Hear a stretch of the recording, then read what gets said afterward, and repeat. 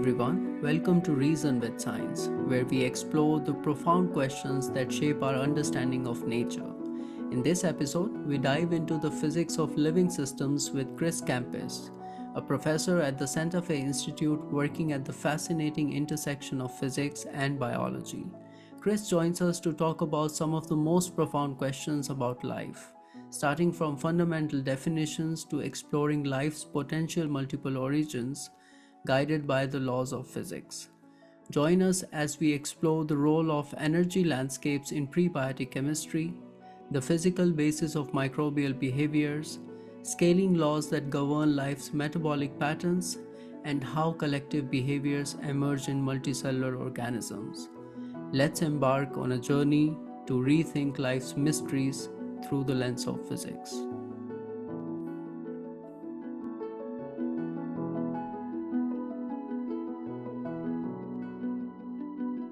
Hi, Chris. Welcome to the podcast. Yeah, Jitender, thanks for having me. Really good to be here. So let's start with something very basic but fundamental. So as scientists, we like to study, analyze, and define the world around us, right? And you are a scientist working at the intersection of physics and biology. So how do you see the role of definitions in your research? It's interesting. I think a lot of science is built around definitions. Just generally. And I think that's often where different histories play out in science and we get different subdivisions. For example, I've said before, I think that you could have had a history of science where sociology was intimately connected with biology, right? And there was sort of no need for it to be a separate branch. You could have had a biology that was really uninterested in other organisms and very interested in humans and only humans. And then some later time people were trying to make proposals about, what other sorts of things should be studied in biology. Like maybe we should also study lions and plants and all sorts of other things. So I think part of that is definitional. Part of that is the object of interest. And a lot of it is the type of questions that are asked, right? So I like to separate that history from where I think science will end up, right? So I actually think that lots of different histories in science can lead you to the same sorts of places, right? So I like to think about, imagine physics had a really different history where it was interested in different sorts of phenomena or different questions, it had different targets. I think eventually we still start to discover things like gravitational force and the other fundamental forces and so forth. So I acknowledge a strong sort of component of history in science, which I think is really about definitions and questions and objects that one's interested in. But then I think playing out those histories in different ways, there's certain sorts of knowledge that are convergent, right? So I think there's certain types of physical laws that we would recognize given lots of different histories. I think there's certain sorts of chemical and biological and sociological and psychological knowledge that we would come to sort of independent of those different histories. And that's a lot of the things I'm interested in science. So anyway, that's a long way of saying that that's how I think about merging different fields. That's how I think about, sort of being fluid between physics and biology, is to say, well, what sorts of questions did biology ask that lends a new that gives itself sort of a new direction if we bring in the type of questions that physics often asked, right? And I think at the Santa Fe Institute we play those games lots of different ways in thinking about taking the perspectives, questions, goals of one field and transplanting those into another field to sort of gain new traction. And Van Savage, who's a collaborator of mine, and I wrote an essay a few years ago where we were talking about trying to get rid of this fallacy of easy and hard disciplines. Because often people will say, physics is very easy and biology is very difficult. Yeah. And our point was, we think there are easy and hard questions. And some fields started with very easy questions, relatively easy questions, and other fields started with very hard questions, right? So asking exactly why a particular species of pine tree is exactly the way it is and does all the things it does and lives in the environment it has with the herbivores that feed on it and the defenses it has against those herbivores, and how it responds to climate. Those are really hard questions about a long, complicated evolutionary history. But they're easy questions to ask in biology as well. Like looking across all of life, what sorts of systematic behavior and features do we see? Um, and that's also true of physics. There's incredibly hard questions to ask in physics as well. We started off with relatively easy questions in the grand scheme of things. Not to say that there weren't brilliant maneuvers in the history of physics to discover some truly counterintuitive things. But the sort of some of the initial focuses on planetary motion are like relatively easy questions in the grand scheme of things. That's less true of relativity and quantum mechanics. Yeah. Uh, but anyway, there's very hard questions to ask in physics as well, like forecast the exact time of the next solar flare. Mm-hmm. That's a hard question. Yeah. Detailed models of the dynamics of our own sun are hard questions because so many different types of physics come into play. You have all of these nonlinear dynamics. Building simulations of that is hard. Forecasting is hard, and so there are really difficult questions to ask in physics as well, defined as sort of the types of things physics is interested in. And there's easy things to ask in biology. So for me, it's just about, are you asking easy or hard questions? And if you're asking easy questions, often you can find systematic behaviors and law-like phenomena and all sorts of different things. Yeah. I mean, that's an interesting take, and a couple of things that you already mentioned. Convergent evolution. I mean, definitely we'll talk about it. It's one of my favorite topics, and the fact that there are always this sort of easy and difficult questions. So there has been another kind of difficult questions, a tough nut to crack, so to say, um, is what is life, right?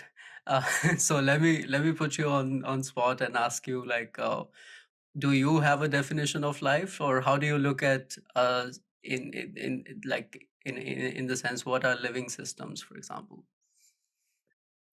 So I don't think we have a definition of life yet. Yeah. And I also personally don't have one. Mhm. And the reason is that I think often what we've tried to do for definitions of life is write down lists of characteristics Yeah. and then to say it's this set of characteristics that makes a living system. And then people debate, and there's long debates about what things go in that list, Yeah. right? And David Krakauer and I wrote this paper, Multiple Life, and one of the things we point out in there is that if you look at any of those sets of lists, you can find systems we're all happy to call life, that we're all happy to call biology, that violate one member of that list or two members of that list. We can imagine future evolutionary trajectories out of life where all but maybe one or two features of a list would be eliminated, right? And only one or two features would be preserved.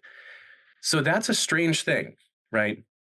And so because of that, I think we haven't found the right sort of dimensions of analysis, the right projections of high dimensional conceptual space that really tell us whether something's living or not, right? And so I'm actually not committed at present to a definition of life.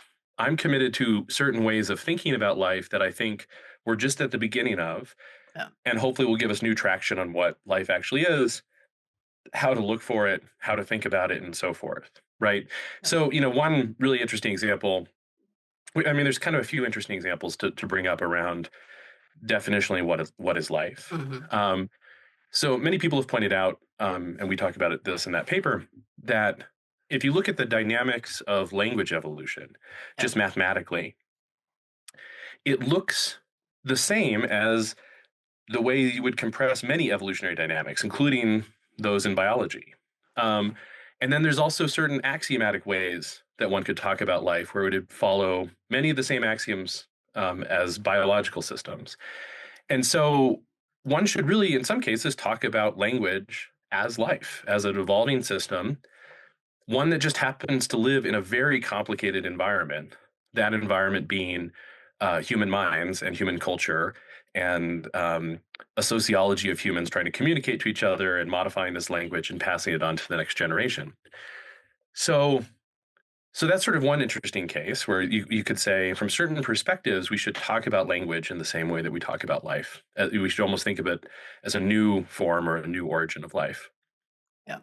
And then, as you know well, there's a long history of debating whether viruses are alive, Yeah. right? And again, they violate some sets of, some things on that list of axioms. But from another perspective, you could say they're a living system that lives on a very complicated environment, right? And that environment gives them a lot, right? So that environment gives them a lot of the replicative machinery that they don't have themselves. Um, but that's just because that's almost an evolutionary outcome of having such an environment. So it says, like, once you have other cells, that's a target as an environment to build things through evolutionary processes, like viruses that happen to live on that environment, right? Yeah. Um, and by the way, we see this in lots of tiny bacteria. So there are some very small bacteria that are always mammalian parasites. So they Mm-hmm. only live inside humans and goats and cows and all sorts of different organisms. And they've lost all sorts of capacities that most other organisms, or most other bacteria at least, have, right? And so this is a story of reductive evolution. It's a story of parasites and what parasites do because they're targeting a very particular environment, that environment being the environment of a host, right? Um, and so to me, this is just an evolutionary ecological story. It's not a place where we'd want to draw a hard line and say, okay, viruses are not alive, because they've just followed a particular evolutionary trajectory that's contingent on having hosts around. And you could do the same thing for us, right? You could say, you know, how alive are we? um, and by some measures, we're incredibly alive, right? You and I are having this conversation.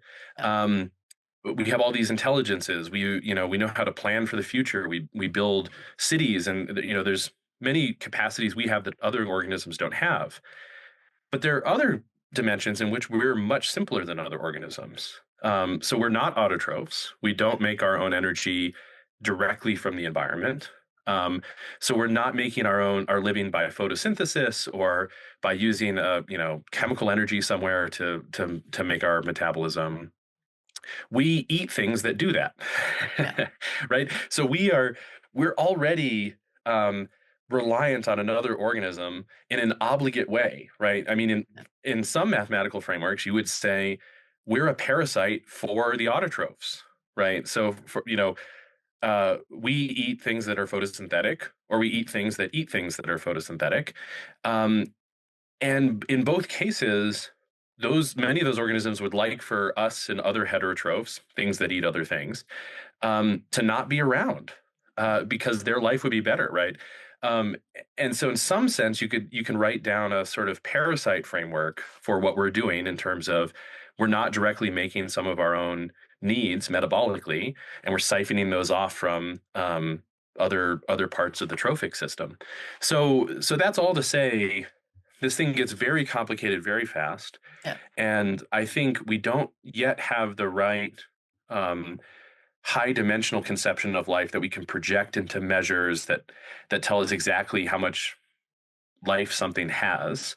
Yeah. And so I'm sort of not committed to a definition at present because we only have list-like definitions, and I don't think list-like definitions are ultimately going to give us the right perspective on what life is. Yeah, I mean, that's interesting. And of course, I had like many conversations on the topic where, all the list like definitions I've covered there. But the point being that, yes, I see that the exceptions are always there, to these definitions, be it like, I mean, we can go from the origin of life perspective and talk about replication first, or the compartments first, etc. But yes, the thing is that the means like we are not thinking, or our thinking perspective is not right here to approach this kind of question. I mean, or you are suggesting more of like a sort of substrate independent kind of a approach to the problem here? Yeah, so I don't think any of our concepts there are not um, useful things to think about. And I've written papers on encapsulation, and yes, I think a lot of those concepts are useful things to think about and to talk about particular evolutionary histories and so forth. For me, it's mostly that we don't have uh, the right sort of unification or Mm, regularization of those ideas, and we haven't come up with sort of the right framework. So, taking an analogy from physics, yeah, if we think about energy, one could say, um, chemical energy is totally different than electrical energy, and potential energy, is totally different than kinetic energy. And you could start to play with all these different sorts of ideas. What physics did was to unify a concept of energy with a certain fixed unit, yeah, um, fixed set of units, right? And that then allows you to talk about the conversion of one type of energy into another. It allows you to write down other types of laws that apply to all forms of energy. And so that's the kind of unification I think we're after. Now, the trickiness is that I think we're in a much more high dimensional space. Um, and we're still looking for things like analogies to force and analogies to different sorts of features that then allow us to compress a whole bunch of other information about living systems into single metrics. Uh, and the reason I'm excited about single metrics is that then it also allows you to put things on a spectrum rather than having these hard cutoffs. So, for example, we don't. We don't typically say, does something have energy or not have energy?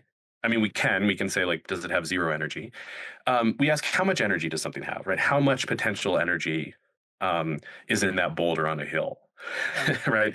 And so when we find these unifications, it often puts concepts onto a spectrum where that entire spectrum has meaning, and then we start to talk about how much of something has, right? So what I would love, and again, I think we're totally at the beginning of this scientifically, is to eventually have metrics that tell us how much livingness, as we called it in that paper with David Krakauer and I, how much livingness something has, right? yeah, Or how much, and that's what we're after, is we want a spectrum that's not just a yes, no, but a how much, right? So it would be nice to be able to say, um, some system that no one thinks is alive has a 10 to the minus 20 yeah, livingness yeah, in some in given some metric, and then we have some much greater, many orders of magnitude higher amount of livingness, and then cyanobacteria, these tiny photosynthetic bacteria in the ocean, have a lot of livingness because they're like completely independent minus some nutrients and incoming solar radiation. So that's the sort of thing I'm after. I think all the concepts we've identified are important things to think about and are ingredients for getting traction on what that ultimate metric might look like, or set of metrics. It might be a high dimensional thing, but I think that's what we're searching for. yeah. I think it'll be great to talk about the this high dimensional metrics that you're talking about. But before that, so this observation basically comes from your work on sort of the scaling law, right? Like the scaling of the energetics on different systems, bacteria, unicellular eukaryotes, etc. Right? Yeah, so I would say the scaling laws are a nice way to sort of start to find unifications Yeah. or regularities, right? And in many of those cases, we have, um, and this is longstanding work at the Stanford Institute. Many people have been working on this, but in many cases, we have really good theories telling us how a set of constraints, things that are unchanging that every organism has to deal with, produces a scaling relationship, right? So, for example, you can take trees and realize, well, they all have to deal with gravitational forces. Yeah. So that means they have to build structures in a way that don't buckle and break under gravity. And that is that's a good, nice way of explaining sort of as you optimize on multiple constraints, how we get the scaling laws that we observe, Yeah. right? So, but yes, then you can take those scaling laws through different sets of constraints, all the way down to the smallest organisms. And there we find that even though the smallest cells have all of these requirements for, either being symbionts or being parasites, they still also can be explained by this overall theory talking about how the size of a cell adjusts its ability to produce energy and consume energy. So it tells us a lot about the energetics of the systems, tells us a lot about the physical space inside those cells and how that space gets packed by all the different molecules inside an organism. So that's the sort of regularity that gives us a clue um, about what we should expect at different sizes. Now, there's still some hidden assumptions in all of that, right? So everything I've talked about is encapsulated, right? So if you were really critical, you could say, well, you've already assumed encapsulation to talk about systems of different size. Yeah. And what more general theory would allow you to talk about, say, a two-dimensional grid-like organism living over square meters of some rock surface somewhere that isn't encapsulated? It's just some sort of messy chemical dynamic, right? Many people think that's not possible, for all sorts of evolutionary dynamical system and physical reasons, right? Like it just may not be stable, it may be hard to select, it may be hard to transmit. The physics may not work out. There's all sorts of reasons to maybe think that's not possible as the endpoint of evolution, rather than something that's sort of pre-encapsulation. But I think we don't know. I think we don't fully have a theory for that, right? So that's the place where I would say, even in these scaling laws where we have a good understanding, there are still some hidden assumptions that more general theories need to be developed to grapple with, right? So I have really good theories for encapsulated cells. Yeah. I'm assuming encapsulation, right? Yeah. Yeah. Um, Yeah. and so you could say, well, don't you need to put encapsulation in your definition of life? And I would say, no, I'm happy to say the theories we have are conditioned on encapsulation, and then we know how to optimize that, with encapsulation being one of the features we put in. And I would like a more general theory that tells me where encapsulation comes from, right? And so I think, and this is often the game of physics, is, we take the things we know and we derive downstream consequences of those things, and then we come back and ask questions about, well, where did those things come from? And then we try and go upstream, right? And so this is, Newtonian mechanics, for example, Yeah. um, comes up with a whole bunch of equations and laws given certain observations about macroscopic objects, right? Yeah. And then people ask questions, like, well, what happens at really high speeds, like close to the speed of light? And where is the speed of light coming from? And what is matter actually made of? And how do the properties of mass come to be? And Yeah. and then people go upstream of those questions, right? So I'm sort of always happy for science to say, we have some observations, we don't fully know where those come from, but given those observations, can we derive things that are downstream of that? And often we then get theories that are downstream of some observations or some regularities we have or some assumptions we have, and that works really well, right? I mean, we do that in psychology, we do that in chemistry, and I think that's a valid approach. And then one should always revisit, well, what were the things I had to assume to go downstream, and where did those things come from? And then you have to go upstream. Yeah. I mean, Yeah. on that point, I think let's also kind of introduce the theory of multiple origins of life. I mean, the fact that you kind of already described the different layers and the matrix. So how does this pan out in this context? Yeah, so I think there's sort of two ways to answer that. So one way is, um, I think many of us, and there's a large community of people who think there could be lots of different chemical origins of life on a planet like Earth. Even our own planet may have had multiple origins, and there's a whole set of people thinking about that and trying to find different ways to do that. And then there's this perspective that we had where we were saying, given that you get a new substrate, like a human mind or existing cells, do you get other origins of things on top of that? Right. And so we say, yeah, actually, once you get the capacity in human minds for language, you get this new evolutionary dynamic of this new thing called language. Um, it's not at all independent from us. So it's a we would say an origin of life contingent on human minds. Um, that's already a very complicated substrate that involves a bunch of upstream features, including our own origin of life, right? But maybe thinking about how language evolves and emerges, emerges and then evolves, is a nice way to think about an origin of life. Um, and you could also ask the same question about AI, right? AI requires, and I don't think we're there yet, by the way, just to be clear.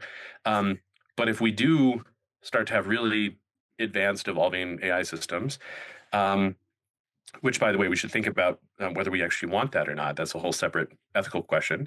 But if those sorts of things do start to happen, that's a new origin of life on the substrate of human engineering and the computers we've built and the data servers we've made and all the rest, right? Um, so it's on a different substrate, but the dynamics may be the same, and that may be sort of one of the places where we can start to think about unification. So you can say, well, what do these unifications look like? Like, what are they? What do they mean? So to give you a great example, um, there's an old idea in Origins of Life known as the air threshold or air catastrophe. It gets called a few different things. And what it says basically is if I have an evolving informational system, um, and it has a mutation rate, which it should, because that allows you to find, to have variation and then to find new solutions. That mutation rate has a maximum value where the system can still evolve, given the length of the information of the system. Right. And there's some stuff in there about how big the population is as well. But anyway, the point is, um, mutation rate is set by these other features of the system inside an evolutionary dynamic that you write down. And we see this very clearly in organisms, that if you look at organisms with different genome sizes, they don't violate this air threshold or this air catastrophe. They don't have mutation rates that would be too high to evolve given the length of their genome. Right. So that's really cool. But the same sort of thing applies to language systems, right? So we all understand that language is adapting in time. Even reading Shakespeare tells you that, right? If you go back and you read Shakespeare, you think, wow, language is a bit different. This is not so long ago. And yet English is pretty different in this time. And I can understand it, but it takes a little bit more work. And maybe to really understand it, I have to do some studying about the cultural context of different words at that time, and what different idioms look like and what different synonyms were at that time. And so to really understand Shakespeare, I have to be a little bit of a scholar about the language of the time. And then he was also inventing a bunch of language. That's an extra layer that I don't want to get into. But that tells us language is evolving. We see it today. Generations of humans have really different terminology for things and really different colloquialisms, and people are making up new words all the time. So we understand that language evolves. But if you write down a language evolution model, you also have to say there's still a maximum mutation rate that allows language to adapt, right? Given the size of the language. And this is obvious in the extreme, where if in every sentence I change every word a little bit, um, you and I are going to have a hard time talking to each other. Yeah. Right. Yeah. Now, even in this conversation, one of us could start to do something slightly different with language, and the other one would probably learn it, and then we'd be able to continue on. And afterwards, you might say, "Wow, it was really strange that Chris decided to start swapping all the T's in his sentences with S's." Yeah. That was a bizarre choice, but I could still understand it. However, if I dynamically was remixing all the reordering all of the letters in each of my words and saying those to you, you'd have a hard time understanding. And so that just says that there, something like the air threshold is a general dynamic for evolution, that we expect to be true in any evolving system. So now that's a concept or a law or a regularity we can really hang our hats on Yeah. and say, in any evolving system, look for an air threshold, look for a maximum mutation rate given the amount of information you're trying to transmit between generations. Yeah. So that means there are constraints across the systems, basically, right? Yeah, and it says that even at a very deep way, um, the fundamental dynamics are the same. You just have to sort of reproject them some, right? So you just have to think of the right analogy or conceptual similarity to get the same sort of dynamic. Um, by the way, if you saw an air threshold, Mm-hmm. maybe that's an indication that you have a strongly evolving system, right? Yeah. We have to think about these things in terms of whether they're if and only if, whether both things infer the other or not. Yeah. If we find cases where both things infer the other, then we're really into laws. We're really into the things that are true of any kind of living system. Yeah. I mean, another fascinating example would be if we just start explaining, for example, scientific method, right? I mean, we saw during the Yes. COVID, right, what what happened. The information was coming out. Of course, like there were like slight changes with the experiments. So, what's your view on like describing scientific method along the same lines? Oh, I agree. I mean, I think that's a really cool idea. Yeah. Um, but yeah, I mean, you could say uh, if if we have a scientific community, like Yeah. say a subfield, Yeah. and the device for measuring something is is changing so fast from one build to the next or between lab, and the way people are setting up the experiments is changing so fast, um, uh, or the way people are analyzing data is changing so fast that we can't compare things, then yeah, we probably lose any notion of information in that system or learning. We learn, and David, as he points out in that paper, will really talk about evolution, as a learning process. It mirrors the equations of a certain type of learning, not all learning, but a certain type of learning. Um, so so yeah, we would lose the ability to learn Yeah. as a scientific community if things change so fast, right? So if no one ever replicates an experiment or no one ever does something incrementally different as someone else, then we may have a hard time confirming things, comparing things, getting trajectories of progress, and so forth. And that's not to say giant leaps don't also help science. They do. Often trying something radically different is another way to get information. But there's sort of, there's kind of two forces there for a scientific learning process. Yeah. Yeah, sort of these intermediate steps which are still going on, sort of like, Yes. bubbling ideas in a way, right? Exactly. Yeah. Exactly. Yeah. So, I mean, so we are discussing about, of course, origin of life, but you are also an astrobiologist looking for life elsewhere in the universe, right? And this Yeah. is where sort of you're looking for a framework which can help you to, let's say, detect a living system somewhere else as well, right? Yeah. So for me, um, I see the three questions of um, systematizing and understanding all the life we have, the diversity of life we have on our planet, the origin of life, Yeah. and the search for life beyond Earth as sort of one question. Interesting. Right. And that's a weird way to put it. But what I'm really saying is that I think if we find the right sorts of laws of life, then those laws should tell us the things we care about in ecology and evolution, meaning the diversity and history of the life that we have. They should tell us about in origin how that, what are the different ways to start one of those trajectories. And they should tell us how different life could be and what are the reliable features to look for in life elsewhere. Right. I agree that the way we go about those different fields is quite different, and the nature of the questions we're asking is really different. but for me, the goal of sort of finding more systematic perspectives of biology is really to find things that can answer all of those questions. Right Yeah. now, do I think that's something that requires a lot of work by a lot of people for a long time? Maybe, yeah. And so,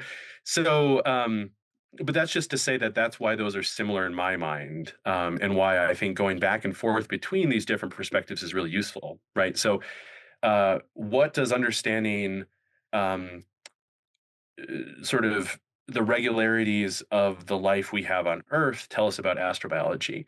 Well, quite a lot if we can figure out where those regularities come from and how different they could be. And then and how different they could be is really the hard question for astrobiology. And then there's a separate question about how easy are they to measure, right? Yes. So many of us can think of all sorts of interesting measures for a potentially living system that are totally impractical because you can't um, you can't go to that really cool exoplanet around another star. Yeah. You can only measure it from remote sensing, right? Um, so that's a tricky gap in the field. Is um, Some theories have strong confidence. Again, I don't think we have those theories, but think about other disciplines. Some theories have really high confidence about the sorts of predictions they make and are exceptionally hard to measure. And then other things have lower confidence but are easy to measure. And so there's this is the space, the gold, the sort of gold standard we're after is something that is reliably predictive and general, um, and easy to measure. So that's the hard thing for astrobiology. But for me, that's why I think that's why I work on modern ecology, which I do. I do work in forests and mammalian populations on landscapes. I also do microbial ecology, and then also think about astrobiology and origins of life. And it's sort of equal for me because it's the going back and forth between those different perspectives. I think we get traction on some of these questions. Yeah, it's interesting that Yeah. you think of these three questions as like one thing, um, but let's sort of extend this understanding. Like for example, when you are drawing parallels between origin of life and sort of origin of language. At least in the case of language, we say that there are agents involved, right? I mean, at least this is how Yes. think of ourselves, right? Okay, that there are agents. But then what is this agency and what's that substrate for agency in the case of origin of life and in the these protocells and primitive life? Yeah. So I think many of these concepts are sort of so big and so deep Yeah. in our culture that we have a hard time really defining them in ways that give us sort of specific traction on things, right? So, what are the hard ones in biology? Agency is really hard. Yes. Intelligence is really hard. Yeah. Individuality has been really hard, right? Yeah. And uh, because they're also conceptual and they all have entire philosophical books written about them, right? By multiple philosophers. So that tells us, that sort of a rich area. Um, and so in each of those cases, I'm sort of interested in where people are writing down theories that give you mathematical definitions or metrics for those different broad conceptual things. Right. And so, for example, there's some really nice work on what's called the information theory of individuality, developed at SFI, a bunch of SFI people, including David Krakauer. There's really cool perspectives on things like semantic information, and different mathematical measures for agency. And so there's a whole world developing here. Um, and often people will look at one of those mathematical theories and say, well, it doesn't capture X. and and I agree, that's sort of always one of the things that can happen in these reductions. At the same time, it gives us traction and specificity about something that we didn't have before. And so, for all these things, I'm sort of tracking different ways that people are trying to write down definitions, derive things mathematically, and then think about how those connect to data, what they do and don't capture. And I think that's sort of the whole game. you know, how much construction something has, and the recent advent of assembly theory, Yeah. Lee Cronin and Sarah Walker, which I'm also involved in. That's a nice measure for how hard is an object to build in a way that is very measurable. Like you can measure it in devices. Um, and that connects to a lot of the ideas we have about what happens in an evolutionary process where sets of things are being passed to the next generation and then used again to make new sets of things. So I think it's an exciting time for lots of different mathematical measures of some of the concepts we're really interested in biology, to go back to our perspective on lists. Yeah. So yeah, if you can get a really great theory of agency, um, with really nice equations that applies to lots of the contexts we want, I think we'll learn new things from that. But these are open areas of research with really cool, things happening in each of them. Um, as we've reviewed in several papers, there's a lot of exciting measures, and lots of new directions and lots of work to do. And so I think that's all. I think that's all really exciting. Yeah. Can you please mention Yeah. some of the examples? Yeah. So there's this information theory of individuality, Mm-hmm. um, and what that really does is say, imagine I have uh, an object. I'm not sure if it's an entity or an individual. Mm-hmm. Well, what I can do is just decompose, and when I say I really mean they. This is Yeah. not my work, Yeah. as I mentioned a second ago. But what you can do is just ask how much of the information is associated with that entity of interest compared to the environment, right? So if all of the information is in the environment and there's no unique information in the individual, you wouldn't really call it an individual, right? Mm-hmm. Um, and so imagine uh, imagine a well mixed um, chemical reactor with things flowing in and things flowing out. I can draw a little arbitrary, if it's really well mixed, I can draw little arbitrary spheres around any subpart of that fluid and keep that sphere fixed in space, and I won't get any new information um, from the dynamics within that sphere compared to the dynamics of the whole system. So then I would say that sphere is not an individual; it's just the whole system. It's the same as the whole system, and that's true, right? We don't think of little bits of fluid inside a chemical reactor as different than the rest of the fluid. Now, there's some details there about the noise at different scales and how variance is changing and all of that, because littler systems have more noise in them and so forth. But ignoring that bit of it, the averaged dynamics in certain ways are not different. Now, if I did that for a cell, let's say I took all these random spheres, but I had a cell living inside this chemostat, this chemical reactor, and I started drawing all these different spheres, and suddenly I draw a sphere that's exactly the boundary of the cell. All of a sudden, I get all these new sorts of dynamics and information, right? And this is really the information of individuality theory that Krakauer et al. Came up with. So that's a wonderful um, place to start talk about that really hard idea in a way that's measurable and that we can apply lots of different systems. There's this um, this whole semantic information idea that's been developed by David Wolpert and Artemy Kolchinsky. There's a lot of other informational concepts of life. I think people are trying to come up with new measures for things like intelligence. Now, whether you want to put intelligence at all scales of life is maybe not essential. Um, and then I've already talked about assembly. And then I think these scaling theories, which really connect sort of function to physical constraints and trying to think about how biological function emerges as the optimization of multiple physical constraints. I think those are all interesting ingredients for the types of theory of life we might be headed towards. The another By the way, there's a distinction there I want to make, that some of those things may be necessary ingredients for a theory of life. Only some of those may be the things that are easily measurable about whether you have a living system or not. And some of them may be the most useful in all contexts for measuring life and not measuring life.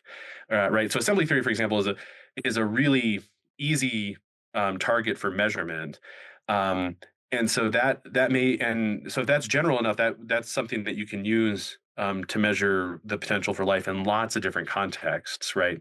And so I'm separating out here the ideas of ingredients for theories of life and things that are measurable about life. Some of those may become one-to-one, by the way, but we're still at the beginning of sorting all that out. Yeah, the other important aspect that I wanted to highlight is the convergent evolution. So basically Yes, saying that we start with different raw material and we end up with similar stuff, or phenotype, or whatever we want to call it, right? Um, so yeah, yes. let's talk a little bit more about convergent evolution and how, because I think this is where basically the physics really come into the picture, right? It is. Yeah, exactly. So I would say many of these scaling relationships are sort of the ultimate convergent evolution, right? Because they're saying I have dominant constraints that matter to all organisms. And if I just give life enough evolutionary time, you're going to converge on one of these scaling relationships. Um, Sorry, you can converge on a specific scaling relationship. And then there are different scaling relationships for different um, size ranges because the physics is changing, right? The dominant physical constraints change from microbial life to macroscopic things like us.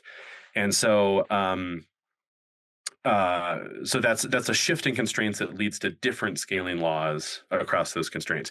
But within each set of constraints, you can sort of expect to converge on sort of one scaling law with a predictable scaling exponent, which just tells you how fast um, one order of magnitude changes against another order of magnitude. And that's the thing I think is likely convergent because we're relying on these really constant and hard physical constraints that don't change. Um, by the way, you can imagine doing things like changing how strong gravity is on a planet, which would happen for planets of different mass. That will just change a normalization constant in the scaling relationship. It won't change the exponent or the log slope of that relationship. So that's to say we get the same scaling law because of gravity, and then there's some details about the magnitude or the size of that scaling law that depend on other features like how massive the planet is and so forth. Uh, okay, so that's one sort of convergence. That's just sort of convergence to optimizing hard physical constraints.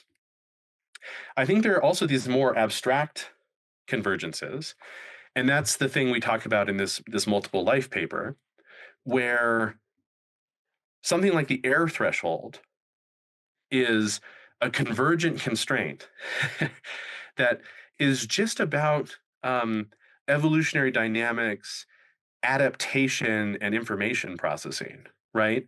So the idea of adaptation is, that's a very conceptual thing, Yeah. but it's sort of retrospectively what evolution has to be doing because the things that adapted are the things that are still around and the things that didn't are the things that went extinct. And so we should expect over long periods of evolutionary history, the things that violate the air threshold will stop adapting and will go extinct. The things that stay below the air threshold will not.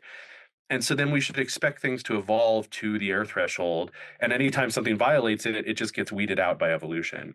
So that's a different sort of convergence, right? That's a much more abstracted concept of something that life will discover over and over again. I'm very comfortable saying we're on our way to finding lots of the physical constraints that that life will evolve to over and over again.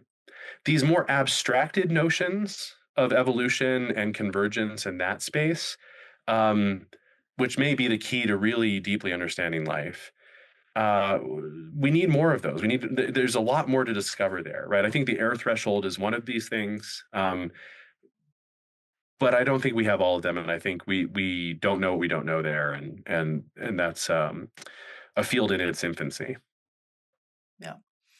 And it's also like quite exciting the way, for example, we can think of evolution in this sense, right? I mean, um, r- of course, we can talk about the software and hardware analogy of life, which I also like, the way like to explain the living systems, because most of the evolution or the understanding of the evolutionary transitions that we have, they are based on mostly hardware, right? We Yes. we pretty much don't know about the software part. Agreed. Yeah, agreed. So, yeah, so many of the major evolutionary transitions, as you just said, are transitions in architecture, right? So going from prokaryotes to eukaryotes, you're taking one prokaryote and packaging it inside another prokaryote, and then starting to separate out functionality between those two compartments, and then replicate lots of the little compartment, also known as the mitochondria. Um, and yeah, that's really an architectural shift, right? But yeah, I agree. I think understanding what changed in software, um, in the some of the abstract features across these major evolutionary transitions, is a really cool frontier topic. And yeah, I mean, I think also just um, different perspectives on software, across within single categories of life are also interesting, right? So, um, as a great example, uh, we're quite different than the rest of the primates Yeah. in lots of interesting ways. But we evolved out of that group. So, what changed? What changed in our um, architecture, our like in our hardware and our software, that led us to being, the sort of uh, very strange species that we are today. Yeah. And I mean strange in the sense that our biomass is way higher than it should be for an organism of our size. Um, our biomass is way higher than you should expect for a single species, of our size. Um, we build these giant global cities. We, you know, have global trade networks of resources. Lots of things that you can find rudimentary examples of in the biological world, but in certain distinct ways totally violates that, right? So you can find farming and agriculture in insects, right? I mean, leaf cutting ants are doing farming, or agriculture, depending on what you want to call it, where they harvest leaves from trees and then take those below ground and feed them to a fungus, and then they eat the fungus, right? Um, but they're not, you know, doing agriculture in one part of the world and then shipping that to another part of the world, in exchange for this abstracted concept of money, and then someone else is consuming those resources elsewhere. So, like, global trade networks of agriculture, are totally different, and these are, so we just violate uh, rudimentary examples from the rest of the tree of life in all sorts of ways. And so there's, real questions to ask there about what changed in our hardware and software. And many people think it's a lot of, it's mostly the software side. Yeah, but this doesn't mean like that we'll have to change sort of the relatedness in the evolutionary history. I mean, it's not like really the historical problem in that sense, right? Or what do you think? Oh, I'm not sure I understand that question. Yeah. Like for example, I mean, we do say that okay, there was like one origin of life, and all the life forms present on the planet, they belong to one sort of ancestor, right? And um, and through which, by studying the genomes mostly, we draw the evolutionary tree, some of the genomes, and of course some of the other traits. But um, but when we consider this software hardware analogy, we are not really talking about redoing the sort of tree again, right? The evolutionary tree. We are just we are talking about something specific, studying a specific software in that sense. And Yeah, what I is think the so. what is the software and hardware here? Let's also sort of explain that, just for the audience. Yeah, so I think there the thing that, from this perspective, maybe starts to matter less is exactly what the history is, Hmm. and more when you get new architectures or new substrates, what are the types of software evolutions you might expect? Or what are the consequences of evolving different sorts of software? So, uh, okay, so if we take humans, what's hardware and software, right? Well, hardware is like our brain, and we do have some changes in our brain relative to the rest of primates. Morphologically, ratios of different parts of the brain and so forth, and um, total number of neurons in different regions, and that probably is, uh, as many people have pointed out, that's likely important for intelligence. But then there's also this whole software side, which may, by the way, be enabled by the hardware. We don't know yet. Um, and that software side is things like language. Um, it's things like human culture, because there's lots of non-language bits of culture. In the present world, it's passing on scientific knowledge. It's doing things like writing books and capturing knowledge. It's creating databases in our modern world, right? These are all ways in which we pass on information that gets used in the next generation in all sorts of interesting ways, right? In our modern world, we think very much about um, doing lots of functions where we say, okay, I'm going to read that book and get information about X, Y, and Z. I'm going to take a quick class on, um, business plans and come up with the business plan for the startup I want to build. And so we're thinking very much about, there's all these ideas out there and I need to learn them and then integrate them. And that's sort of a software process in a way, right? That's saying there's a bunch of material, and I'm going to integrate that and then do new things with it. That's sort of algorithmic, right? It's not about the hardware, right? It's not like I say, okay, I want to start a new business. And so what I really need to do is um, go buy this one appendage that does businesses and plug that into my body somewhere, and then I'll have the capacity to make a startup, right?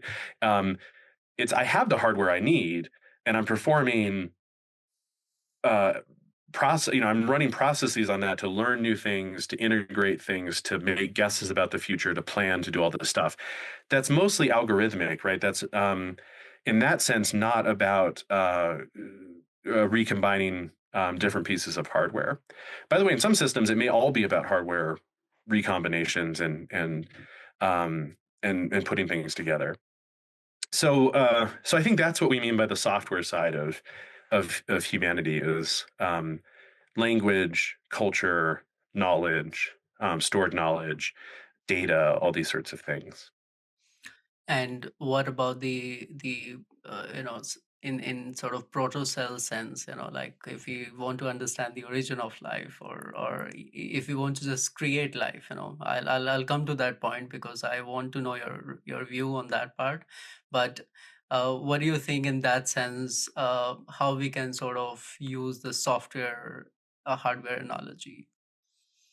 Yeah, so I think there becomes a question about when is a system unitary and when isn't it?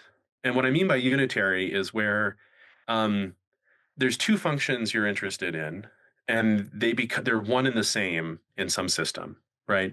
So early in life, we might say hardware and software are unitary, right? There's no abstract process of the system that isn't just the system itself doing what it does. But I think as systems evolve in complexity and get bigger, you start to separate out these different functions from each other. So eventually you start to say, I have hardware, and now I'm running software on that hardware. And I can actually change the software in lots of different ways that doesn't require changing the hardware. Great. So now I have a system that's not unitary anymore. And in fact, now I could also modify the hardware in lots of ways and still figure out how to run the same software on it. Right. So okay, now I have these two different evolutionary trajectories or um, innovation trajectories in this in a human sense. And that allows me to now sort of even more sort of fully separate out those ideas, right? So a great example is, there's this old idea of compositional inheritance.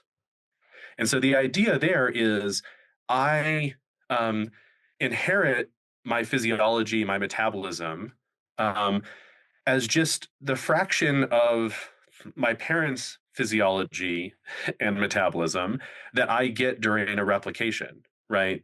So imagine a simple encapsulation, and I'm not committed to this as the way that life started, but imagine a simple encapsulation that had a metabolism inside of it, an autocatalytic metabolism that's leading to replication. Um, there's no separated information in that system. It's just sort of it's one and the same. The dynamics of that system are the dynamics of that system. It may be able to respond in the environment. It may be able to replicate. Um, but all of the inheritance is just when I divide in two, I take roughly half with some noise of the information of the composition of my parent, and that's the inheritance I'm having. And then people have imagined, well, imagine you have adaptive dynamics there because you don't perfectly take half. You take a little more of one part of the system and a little less of another part of the system because the for small numbers the division is messy, and that's actually where you get variation for selection, and that's how you sort of do these sorts of evolutionary dynamics, is just those small variations in composition. Okay, so that's sort of more of a unitary system. Now imagine I start to take one part of that system and I say, I actually don't want this part of the system to do any explicit reaction for me. I even maybe separate it out from the autocatalytic cycle. And now I say, all I want to do in that system is start using it as a storage for information, right? Like a genetic system. The DNA is not explicitly catalyzing other reactions of the cell. It's not involved in metabolism. It produces things that get involved in metabolism, but really it's a reference bit of information that then gets transcribed into mRNA and translated through the ribosome to make functional proteins. Those functional proteins then go on and do all the other things in the cell that we were talking about. So now what I've done is I've separated out a special category of molecule that I only want to use for information storage. Now what I'm starting to do there is separate out software from hardware, right? Because now I can start to run different sorts of abstract processes, interpreting that genetic sequence. I could have different ways of structuring it, and so forth and so on. Now, there's still a hardware component to this because I'm using DNA for information storage. And that's where one has to recognize there could be lots and lots of ways to store information. I mean, we store information on our computers without using DNA. We came up with a totally different type of storage system, several of them, right? Where there's a long history of the ways we've stored information, including just writing things on paper. But those are the point is what you're doing is you're functionally separating out something that allows you to do different kinds of processes, and to encode information and do sorts of stuff, different sorts of stuff. Now, DNA has its limits, right? You can't run any software on DNA. And so as life gets more and more complex, we keep discovering new ways of having software. So for example, in eukaryotes, you evolve new ways of regulating the genome, right? So you evolve new ways of turning on and off entire regions of the genome. And that later gets used to have different types of cell types in a multicellular environment, a multicellular organism like us. And there you're then developing developmental programs to go along, so each of those are sort of new types of software. They come along with hardware changes. But I think eventually you get to points where you get hardware that's general enough that you can run lots of different types of software on it, right? I mean, the main example of that are the computers we've built, where you can run arbitrary software on it, right? You and I could write programs to run on these computers that didn't do anything, right? There's all kinds of strange stuff that we could build. So I think that's what the distinction is, and that's how you can sort of think about it, going from systems that are just one and the same to systems that start to separate out function. But what the software is, what the right abstract notion of software is, those are the things one has to think very carefully about. Yeah, but even in the case of hardware, for example, right? Here we have, let's say, two examples. One is one being the DNA, as in the information storage, and proteins, RNA, etc., sugars, lipids, etc., right? And then in the case of computers, we have superconductors that we use, right? The point being that both of these two, let's say, hardwares or the information storage, they are already sort of evolved through a process, right? I mean, they have that time component to it. Um, and anywhere if we go, I mean, we can talk into like two perspectives basically. One is the astrobiological perspective, where if we want to find a new life form, etc. The second is in the lab, if we want to create a life, right? So this is where the hardware software analogy gets interesting, right? Especially, let's say, if you want to create life in the lab, what software, what hardware, for example, we use, right? Do we use the same principles that we are sort of getting from the one example of life that we have, or the living system we have, or can we use this broader understanding that you are trying to extract out of different systems? Yeah, so I think let's talk about hardware first. I think many of us feel like the materials of life might be quite um, diverse across the universe. In fact, many of us would say they're expected to be quite diverse. That's So, this is, David Krakauer and I wrote about that in that paper. Um, uh, Lee Cronin, Sarah Walker, Michael Lockman, and I think about this a lot. But, the materials, chemical space is so big and chemical possibilities are so big that we should expect a lot of material diversity. And then the question really becomes, what sorts of things are you selecting on out of that material diversity, right? And there's lots of ways to do the same thing, right? So we already talked about information storage. We sort of understand that that is not connected to materials. It's connected to properties about materials, stability of keeping a bit, right? And there's lots of ways to keep a bit really stable. So um, you can put it in a double helix with DNA. That's a really stable bit under lots of conditions. Obviously, UV and all sorts of other environments are bad for that. Um, you can put it in silicon. There's lots of different ways to store a bit. You could do it with boulders on a landscape. You can arrange boulders in different ways, and as long as someone has a way to fly over the top of that with a drone or see it from a distance, they can read off that information storage. And if the boulders are big enough and the environment is stable enough, that's information stored for a really long period of time. So there we've come to understand that hardware is not where information is. Information is about really interpreting systems and stability of the underlying system to maintain a state, and then how you read off those states and use them for something else, right? Um, and there's hard challenges there with cryptography, where if I don't know how you stored the information, it might be hard to extract it in certain cases. But if I have the right interpretive system, I can get the information. So, I think now we're back to sort of the beginning of the conversation to say, what is the high dimensional definition of life, right? What are the features we're after, right? So for information, I just described some of the things we want. But for a living system, if you wanted to prove to me that some material could not be used to build a living system, you have to tell me what's wrong about it, right? And you could say lots of things like, well, I just don't think it has the reactive flexibility you're going to need in life. Great, that's a really nice proposal. But we still need a complete theory of what makes it hard to build certain features that we're after, right? And that's the place where we're really grappling for better theories of life. It's actually about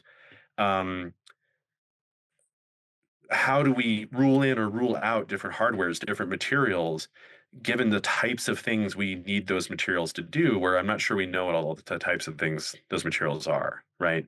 Um, so if we went again to that sort of listy view of life, which again, like I said, I think that's useful conceptually, but incomplete as far as the theory goes. If we go to that list, you could say, well, I need a material to be able to replicate. And then you could say, well, but there's lots of ways to get a material to replicate, right? So, so even like, you know, uh, if I'm trying to build a glass sphere and have it replicate itself, well, I could come up with some system that has some complicated factory in between, and you say, well, that's a total cheat, and I would agree. Um, but there become hard questions about just from understanding the materials itself. How do we know whether it can replicate? And you could say, well, a glass sphere is, a frozen in crystal with very low flexibility, and it's in a frozen state at certain temperatures. And so then I would say, yeah, but what if it's cycling between, um, a surface environment that's very cold and a subterranean environment that melts it again, and in that, you know what I mean? Like, so then there becomes this whole environmental question. So I think, and that's sort of an absurd example, but it gets the point across that the challenge becomes how do we identify what are the things we want materials to be able to do in a living system, which requires better theories of life, and then how do we rule it out different materials? And that's why many of us think likely there's a huge diversity of materials that can do the types and sets of chemistry that can do the types of things that we want life to do. It's about how to select on the features we're after, how to or in the case of design, if you're not doing an evolutionary process to get there, how to design the types of things that abstractly and universally we know to be life into such materials. Yeah, I mean, it's like I wanted to ask you specifically about this part because I am a fan of like creating living systems in the lab, especially like protocells and stuff. And I've been looking at the labs that they are working on it and sort of different approaches that they are taking, etc. And what I see is that I mean, of course, they use DNA, or some people are using other systems like RNA, etc.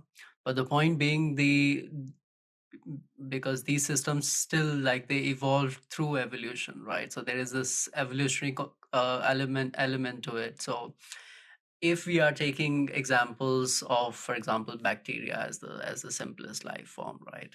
Of course, there'll be complications because you are always looking at something which has evolved for millions of years, right? I mean, and if we are Yeah, billions of years. Yeah. billions of years, sorry, yes. Yeah. So if we are looking at those systems and trying to sort of interpret these systems and evolve these systems into the lab, right?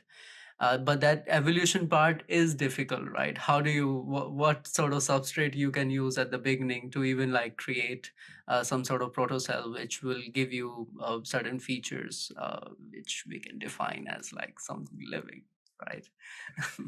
Yeah, I mean, I think that is the hard question. Yeah. Is even before you're building protocells, is just what is the right type of selection to apply to a sufficiently complicated chemical system Yeah.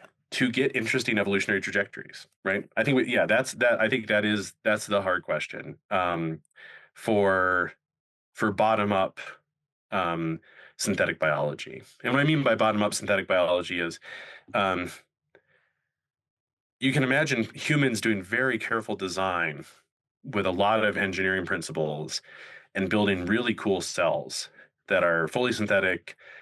And we just use lots of great concepts in engineering to do that. That's a different challenge than saying, I want to start off with some rudimentary system and evolve up to life. And I think there the hard question, which I don't have an answer to, is what is the right selection? Yeah. Yeah. Yeah. And the other point is like, I mean, of course, there are a few major transitions, major evolutionary transitions that we consider, right? The origin of life being the first, but then it's the emergence of eukaryotes and the, multicellular organisms, brains, etc. Which, so we can go on in sort of this increase in complexity scale. But the point being, I think for many of the other sort of transitions, we can kind of, one great example is the evolution of multicellularity, right? Where with certain specific systems, we already are sort of engineering these sort of multicellular organisms, so called. For example, I had a conversation with William Radcliffe, who's doing cool experiments on the Yeah, he's doing really cool work. Yeah. on the yeasts. I had another conversation with Iñaki Ruiz Trillo in Barcelona. He is doing cool experiments with the unicellular eukaryotes. That means like in these kind of places, we do have quite a progress, right, and understanding this sort of transition.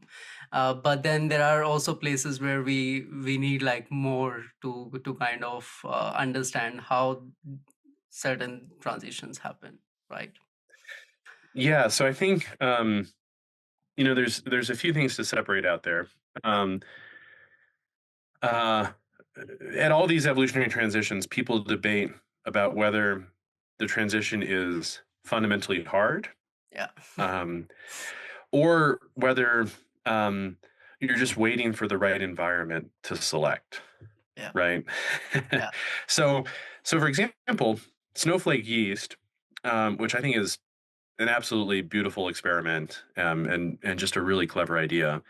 Um, you you don't see snowflake yeast without doing this particular um, selection on syncing, right? Lack of syncing in this case. Um, so so that's a new environment that these yeast are exposed to, and it's one that very strongly selects for multicellularity because of the ways that those big colonies resist fluid differently. So that's a really great example of a new environment selecting for a particular morphology and architecture, but not getting that architecture before that new environment is there to select for it. So what many people there would say is, well, maybe multicellularity is easy because we got it in not so many generations of yeast and there's new regime, and you just need the right kind of selection to give you to give you this dynamic. We have a whole story about um, snowball Earth being the right type of environment. So this is where the planet almost totally froze over. There's debates about whether the equator was still open ocean or not, but the point is like most of the planet is covered in glaciers, and most of the ocean is covered in sea ice, big glacial sea ice. So that world is much colder. There's much less net primary productivity, and we showed that those two changes in the environment make it advantageous for simple multicellulars to get much bigger. And this is maybe the thing that led to more complex multicellular life, which you see after Snowball Earth for the first time in the fossil record. So we have a nice biophysics story there about why that architecture was selected for. And it might mean that large multicellular organisms require a very particular environment to select for them. Um, and you can make that argument about other major evolutionary transitions. And so the question becomes, which ones just happen? Which ones are really hard to do? And actually, the thing that you're waiting for is incredibly improbable events. And which ones require an environment? And I think all of those are in play for reasons that it takes a long time or doesn't take a long time to get a major evolutionary transition. Right. So I think, in multicellularity, we saw evolve many times. So from the modern lineages, we can tell that those modern lineages come from distinct transitions to multicellularity in the history of life. Even the eye, which is pretty complicated, has many origins. And even eyes there's several different types of eyes, but even eyes of the same type have multiple evolutionary origins. So that these are cases where you'd say that, so we know there's not some incredibly rare evolutionary event that you're waiting on. At the same time, we wait a long time to get large multicellular organisms, and that could just be a story of waiting for the right environment to select for them, right? And then once you get them, they're advantageous, but getting over some big barrier requires a new environment to get you there. So I think those are also stories we're still decoupling about whether it's incredibly hard to do as an evolutionary challenge, a long waiting time to find the right environment to select for the thing, or easy and just happens all the time, happens as soon as it can. Yeah. Um, and I think for all of the evolutionary transitions, including intelligence and living in social groups, we're still uncovering those stories. Yeah. I mean, these are also great examples of convergent evolution, right? They are, yeah. Yeah, I mean, the eye is one of my favorites because, there's well-known physics there, right? Yeah. Yeah. um, now there's, and so what I mean is like, at some level, you have to focus light, you have to capture light, you have to process light.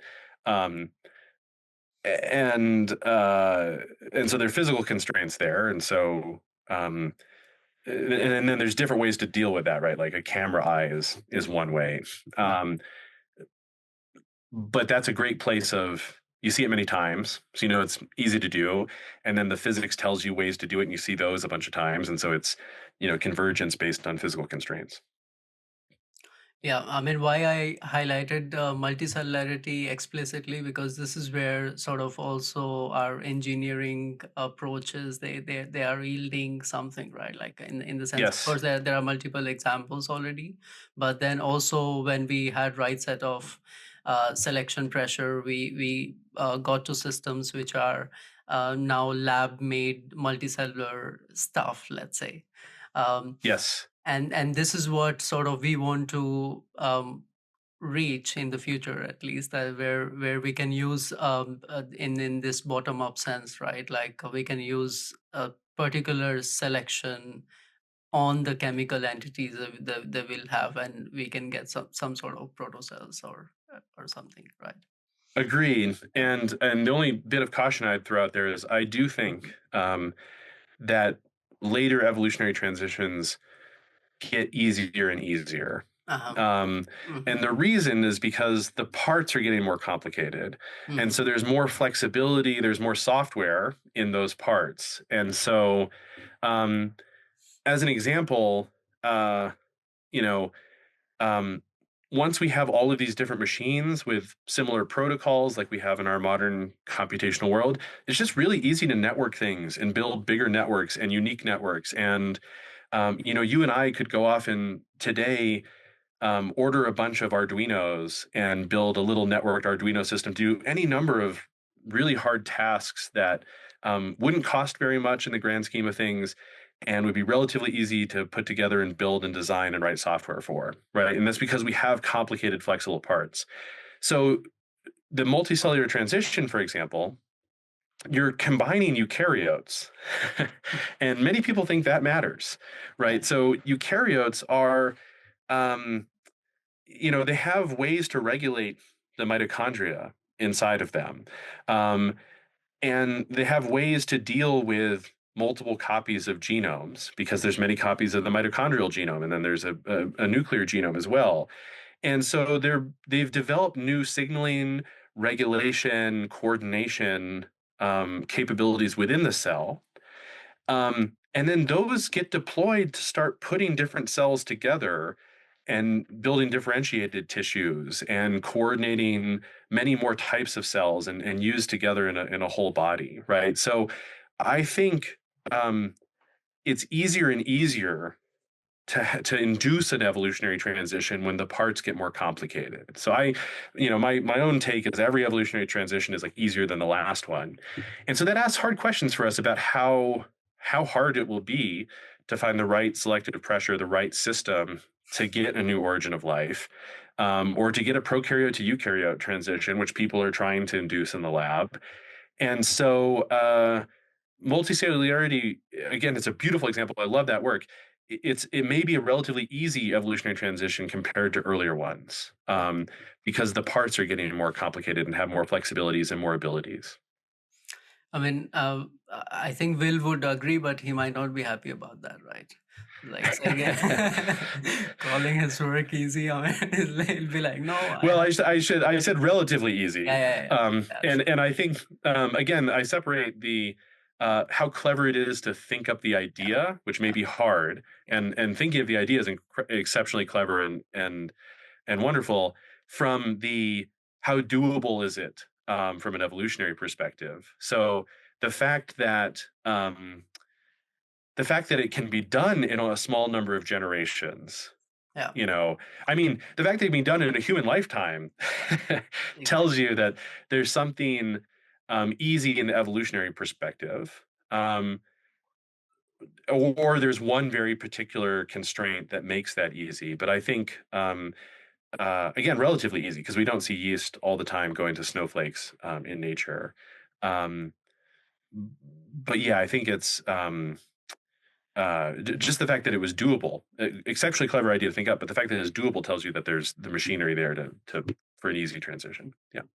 No, I wanted to sort of highlight this example because the major point being like how would we use theories to build systems in the lab? Like if even if we, let's say, have a theory to explain, for example, origin of life, or if we get the properties of life, how we can use those theories to sort of build systems, and sort of design experiments using these models, right? Well, I actually think that's a good test of a theory is if it True. tells you how to build something, True. right? So, True. so to me, the critical thing about a theory is that it comes with um, detailed predictions of effect sizes, all sorts of things, right? So one of my favorite examples is um, the Michelson-Morley experiment to try and test ether wind, which is this whole theory about how light was transmitted through a medium that was everywhere in space.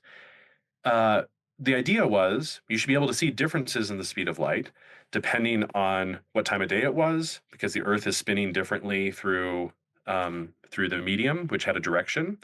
Um, the medium was thought to have a direction, and then different times of year, the Earth is at different points around the sun, and so it's also moving at different speeds through this medium, right? Which was meant to have a direction. So the whole theory of ether wind, which turned out to be wrong, the point about it being a theory was that it came with very detailed predictions. One, that this experiment should be able to detect these differences, but also it predicted an effect size. It told them what percentage difference in the speed of light they should see diurnally, as in within a day, and what percentage change in the speed of light they should see annually in terms of what time of the year they were, right? So it said if this theory is correct, you should see this variation in the speed of light. And then they didn't see it, right? And they built very careful experiments where they really knew what their error was, and they could see that the variation they were seeing was within the variation was all within a range that was much smaller than the predicted effect size, and there was no systematic daily or annual changes in that speed. So what the theory does there is actually gives you targets that can rule itself out, right? But in general, what good theories do is they come with specifics about how precisely you have to make the instrument, how strong, even evolutionary theory does this, right? We know how big, how big the selective strength has to be in order to see this big a change over 10 generations, right? And so those evolutionary dynamics come with predictions for um, if I change the population size, if I change the strength of selection, um, if I change mutation rate, how fast should I see the system evolve, right? And so I think if we're getting there with life, what we really get is something that's that detailed about how precise we have to be in building a system. Um, what are the design parameters? Um, you know, uh, what are the features that matter, right? What are the dimensions that matter that I really have to change and so forth. So, for example, imagine you had a theory of chemistry that didn't know anything about temperature, right? And you were seeing, and you weren't controlling for temperature in a bunch of different contexts. And in fact, for some reason, you were in a building that was having a 15-degree temperature fluctuation each day, you would get a bunch of stuff that you couldn't interpret and didn't understand, right? But if your theory tells you temperature matters, pH matters, concentration matters, pressure matters, all these things, then you get very specific design constraints on what you need to do to get a particular thing to happen with a chemical dynamic. So that to me is the what better theories of life would give us is actually design and will give us design principles in terms of what are the general things you need to think about in trying to build a new system. And it also gives us precision targets, right? And for example, there's lots of areas of engineering where we understand there are just regimes that are really hard to control. Like if you take control theory, you can say, well, if you push a plane into this one regime, it's going to be incredibly hard to control it and to keep it flying, right? And so what do? You just avoid going into that regime. And we do this all the time, right? But without the theory to tell us where that regime is, it's hard to build some systems. And often what we do is just use theories to avoid the really hard problems, right? To keep us out of certain spaces where we know the challenge is just too great, right? So, um, if you have a good theory that tells you when you're in chaotic dynamics and when you're not in chaotic dynamics, then you use that theory to design systems that stay away from the chaotic dynamics because you know they're hard to control and hard to predict and all the rest. Yeah. I mean, till that time, we can just continue trying what we are trying, right? Uh, Yes. just like designing systems, designing theories, trying to understand more and more about the whole process. Oh, yeah. And I should be very clear that I think it's almost never useful to wait until you have a complete theory of Yeah, something to do the thing, because this is all an iterative process, right? yeah, So sometimes the act of trying to build something teaches you where the hard problems are, yeah, right? So a great example is like all of chaos theory came out of people trying to understand the weather system, right? And trying to simulate the weather system. And then they realized in these simulations that small changes in initial conditions led to these huge changes in outcomes. They took that seriously and then started to build whole theories around that. And we got chaos, what we now understand about chaos, um, which expanded into a whole field out of that initial origin, right? So I think it's about trying all of these things and then having all these things in conversation with each other to try and see where progress can be made. Because often it's very hard to do theory in the absence of some observations.